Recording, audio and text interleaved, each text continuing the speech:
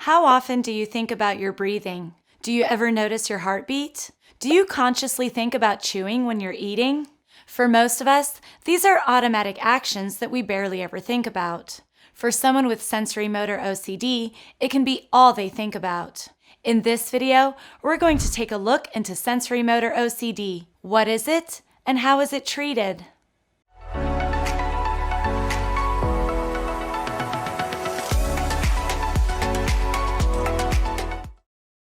If you're new here, my name is Emily from Impulse Therapy, the online OCD treatment platform.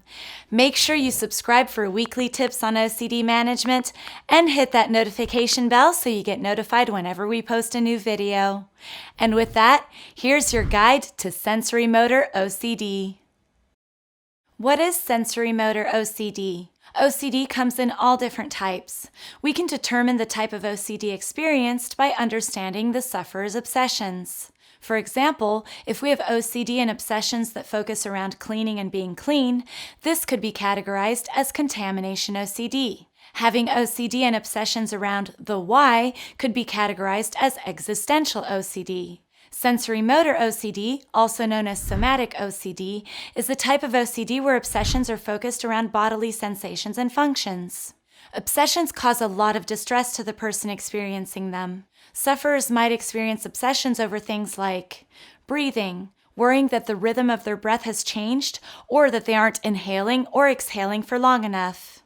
Their heartbeat, convincing themselves that they're in physical danger and that their heart is racing or not beating fast enough. Blinking, afraid that they aren't blinking enough or are blinking too much. Swallowing, leading to fears of choking through experiencing repetitive obsessions surrounding how we swallow.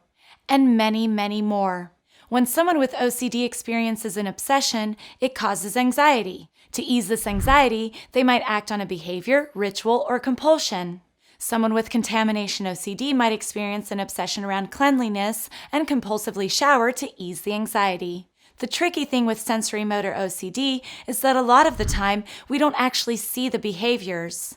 A lot of sensorimotor compulsions are done mentally within the individual's mind. These types of mental compulsions are also referred to as covert compulsions. Unfortunately, mental compulsions are just as debilitating as physical or overt compulsions. Some examples of sensorimotor OCD compulsions are distraction, doing tasks for the sole purpose of getting distracted from the obsession. Avoidance, trying to ensure the obsession doesn't begin in the first place. For example, someone with obsessions around eye contact might avoid social interactions. Measuring, monitoring, and counting. This might manifest as counting our breaths or monitoring our heart rate. The counting compulsion can also include fears of certain numbers, causing further distress when we count to a bad number. Rumination is a common compulsion for individuals with sensorimotor or somatic OCD. Rumination refers to excessively focusing on an intrusive thought, along with the feelings, sensations, and memories around it. Compulsions take up a great deal of time and can interfere with daily functioning, which is why treatment is so important to seek when living with any kind of OCD. So what does treatment look like for sensorimotor OCD? Sensorimotor OCD is very difficult to live with, which is why seeking treatment is especially crucial. There are many different types of treatment options for sensorimotor OCD, one of which is psychoeducation. Psychoeducation essentially breaks the association between awareness of bodily processes and high anxiety. It must be practiced with a professional, and it takes a lot of work, but this form of treatment can be very successful. Exposure and response prevention is a form of cognitive behavioral therapy that is one of the most commonly used types of treatment for OCD.